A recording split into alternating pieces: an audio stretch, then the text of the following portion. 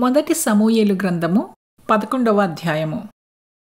అమ్మోనీయుడైన నాహాషు బయలుదేరి యాబేష్ గిలాదుకెదురుగా దిగినప్పుడు యాబేషు వారందరూ మేము నీకు సేవ చేయుదము, మాతో నిబంధన చేయుమని నాహాషుతో అనిరి.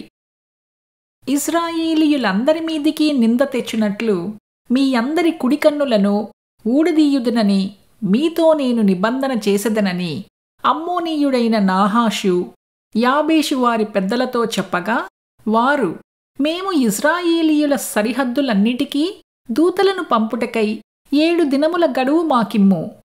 మమ్మును రక్షించుటకు ఎవరునూ లేకపోయిన ఎడల మమ్మును మేము నీకు అప్పగించుకొనెదమనిరి.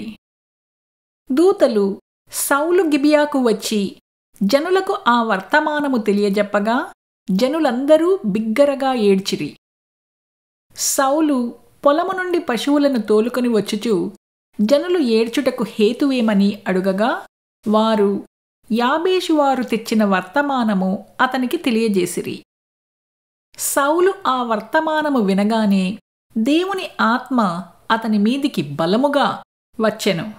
అతడు అత్యాగ్రహుడై ఒక కాడి ఎడ్లను తీసి తునకలుగా చేసి ఇశ్రాయేలీయుల దేశములోని నలుదిక్కులకు దూతల చేత వాటిని పంపి సౌలుతోనూ సమూయేలుతోనూ చేరకుండు వాడెవడో వాని ఎడ్లను నేను ఈ ప్రకారముగా చేయుదునని వర్తమానము చేసెను. అందువలన యెహోవా భయము జనుల మీదికి వచ్చెను. కనుక ఒక్కడైనను నిలువకుండా వారందరూ వచ్చిరి. అతడు జెబకులో వారిని లెక్కపెట్టగా ఇశ్రాయేలు వారు 3,00,000 మందియు యూదావారు 30,000 మందియు అయిరి. అప్పుడు రేపు మధ్యాహ్నములోగా మీకు రక్షణ కలుగునని యాబేష్ గిలాదు వారితో చెప్పుడని వచ్చిన దూతలతో ఆజ్ఞ ఇచ్చి వారిని పంపివేశెను. దూతలు పోయి యాబేషు వారికి ఆ వర్తమానము తెలుపగా వారు సంతోషపడిరి. కాబట్టి యాబేషు వారు నాహాషు యొక్క దూతలతో ఇట్లనిరి, రేపు మేము బయలుదేరి మమ్మును అప్పగించుకొందుము. అప్పుడు మీ దృష్టికి ఏది అనుకూలమో అది మాకు చేయవచ్చును.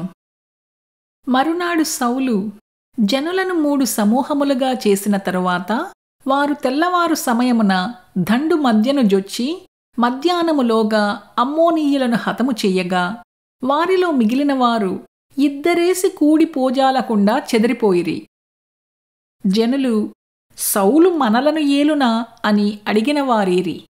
మేము వారిని చంపునట్లు ఆ మనుషులను తెప్పించుడని సమూయేలుతో అనగా, సౌలు నేడు యెహోవా ఇశ్రాయేలీయులకు రక్షణ కలుగజేసెను కనుక ఈ దినమున ఏ మనుష్యుని మీరు చంపవద్దనెను.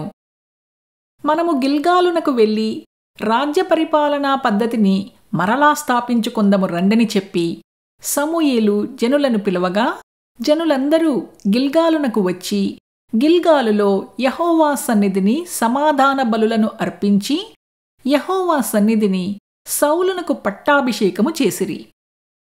సౌలును ఇశ్రాయేలీయులందరూ అక్కడ బహుగా సంతోషించిరి.